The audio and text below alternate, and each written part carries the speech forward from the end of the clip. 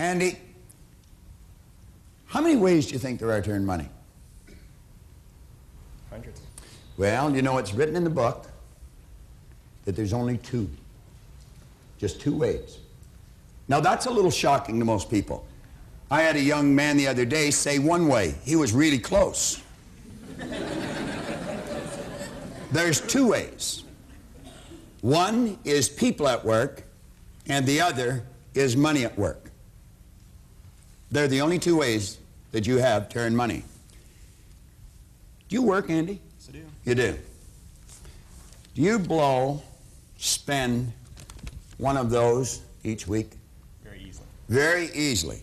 What we're looking at here is a $20 bill. Andy, when you got up this morning, did you sit on the side of the bed and think, I wonder if I'll get dressed today? No, I didn't. Just automatically got dressed, didn't you? Yes, I did. That's a habit, all right?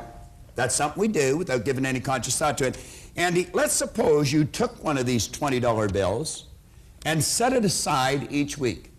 Just fold it up and set it aside. And you did that for 50 weeks.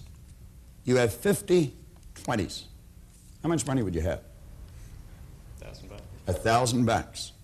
Now, Andy, if you did that for 50 weeks, you'd have probably formed the habit of doing it. Would you agree with that? Yes, I would.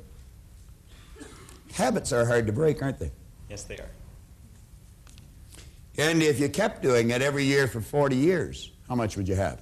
$40,000. $40,000. That's right. That's if you just left it sitting there. However, if you found someone that really understood how to find gainful employment for that $20 bill, and you give it to them to put to work for you, then you've got two ways going for you. You're working, Andy, and so is your 20. Do you know at the end of 40 years, you wouldn't have 40,000, Andy. You know how much you'd have? No, I don't. What do you think you might have? So a couple $100,000? A couple of $100,000. If they only found gainful employment at 10%, you'd have $450,000. Yet all you've ever done is set aside $20 a week. If they found gainful employment for it at 12%, Andy, you wouldn't have $450,000, you'd have $850,000. And if they found gainful employment for this $20 bill at 14%, and there's many people around that can help you do that today, you'd have $1,520,000, Andy. And all you've ever done is set aside $20 a week. And you'd have $1.5 million working for you. Now, there's less than 0.5% of the population of your country that are earning in excess of $100,000 if you never spent the $150,000 or the $1.5 million. If you just left it sitting there, Andy, do you know that it would earn for you between $150,000 and $200,000 a year? And you'd still have your $1.5 million. I would imagine you could probably get by on that for a while, couldn't you? If I had to. Thanks, Andy. And all Andy's ever done is set aside $20 a week. Do you know if Andy worked on chips at McDonald's and never got promoted, he could become a millionaire? So do you see his choice? We can form a good habit. We can renew the mind. And you only have to discipline yourself for a very, very short period of time. Now, do you know there's many people that'll tell you they can't save any money because they're in debt? Well, if you want to use that as an excuse, go ahead.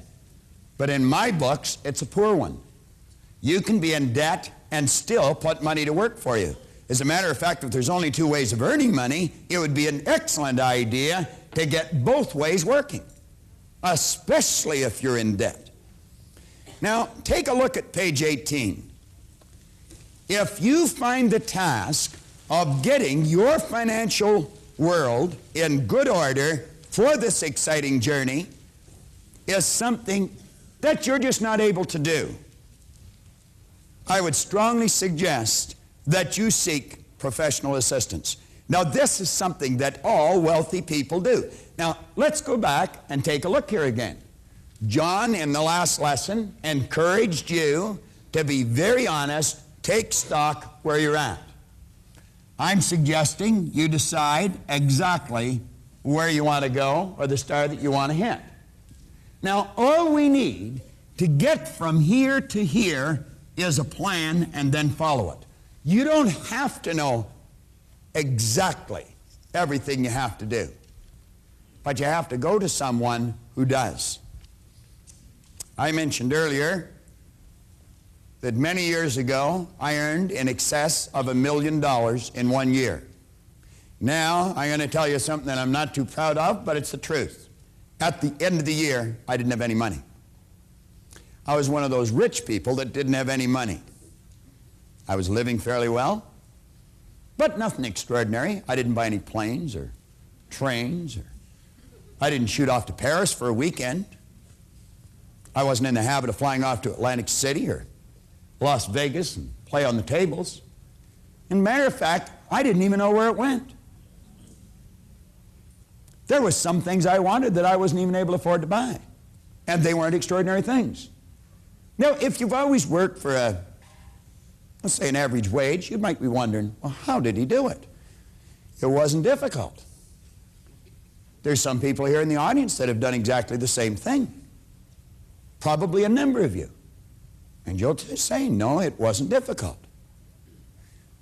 Do you know that most people have never sat down with someone that really understands money?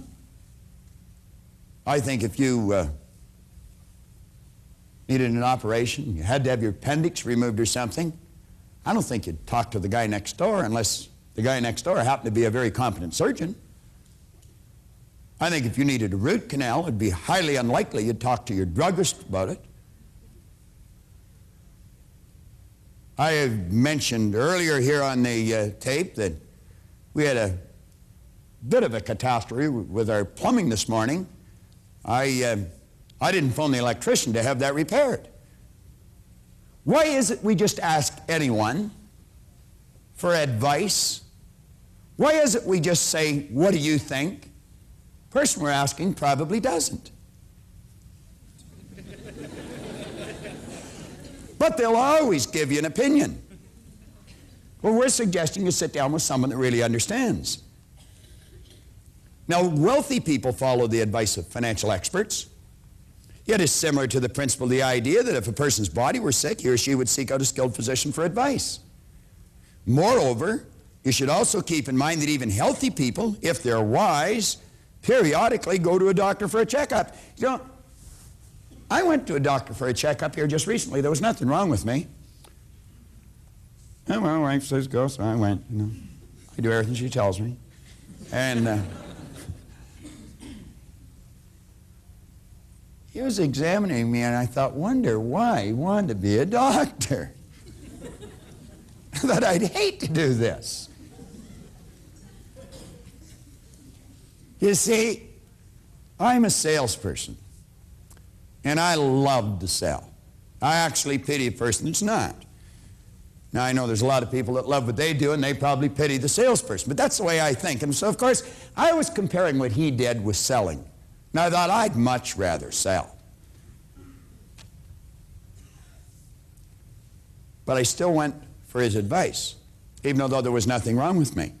Now, I want you to think about this. You don't have to be sick to get better. Come down to the middle of page 18. We say it's already been brought to your attention that very few people ever develop real expertise in the area of serious financial planning. They just don't do it. Therefore, we should seek out a competent financial counselor. Now, if you are not on the road to financial independence, this is probably why. There's three categories that people generally fall into. Number one, they're in a deficit position. That means there's more going out than there is coming in. They're in debt. Number two, they're in a break-even position. Everything that comes in goes back out. Number 3, they're in a surplus position. They have more coming in than what is going out. Now, you know, you could be in any one of those 3 positions, and it might still be wise to sit down with someone who really understands money. And you know, that takes some studying. As a matter of fact, it takes a lot of studying. It's a full-time job. It's not something you're going to do on a part-time basis. You've got to be as sharp as a tack, and I'm going to suggest that you have to have the left hemisphere of your brain fairly highly developed, because it's quite a technical task. And of course, I operate from the right hemisphere of my brain. Someone once told me I was a bihemispherical paraplegic, and I'm inclined to agree with them. I just operate from about half of my brain. That's the conceptual side. The other side is kind of useless. Now, a person that's in a deficit position could form the opinion, and it would be tragic, that all they have to do is get more money coming in and that would solve their problem.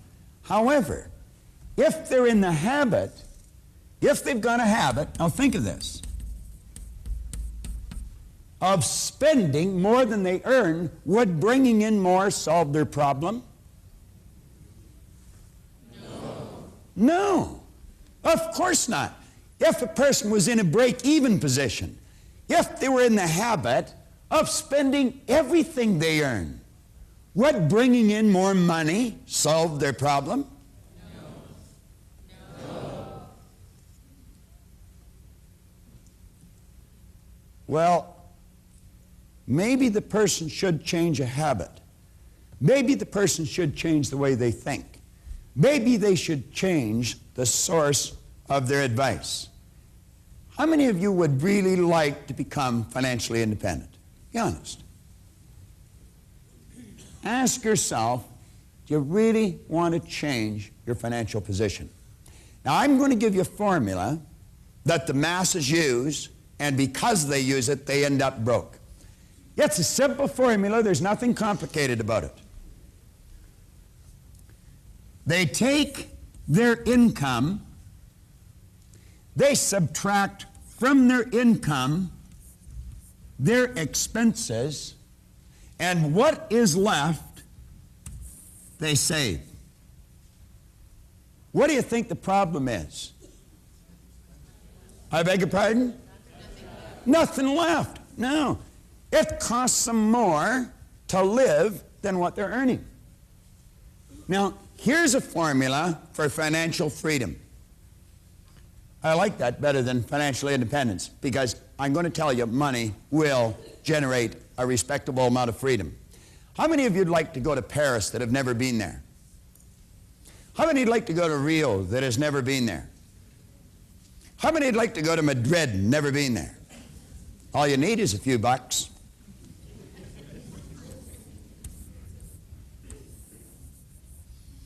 A person should sit down and establish financial goals. They should know exactly what they want to be worth a year from now, 5 years from now, 10 years from now.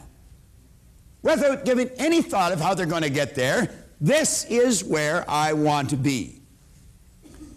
Then they should add to that their expenses. Do you know that most people do not even have the brain cells to figure that out properly? I might be able to, but it would probably take me a long time, and I would really be afraid that I would make a big error. This is something that has to be done by a pro. Most people are not able to even identify all the areas they spend money. Well, they may think they do, but they really don't. When they add those two together, that tells them what their income must be. Now, that doesn't change their income, but at least they've got a target to shoot at. Now, if you want to become financially independent, sit down and decide exactly what you want. Go to a real good financial counselor, a financial planner, and let them get involved in what they call a fact-finding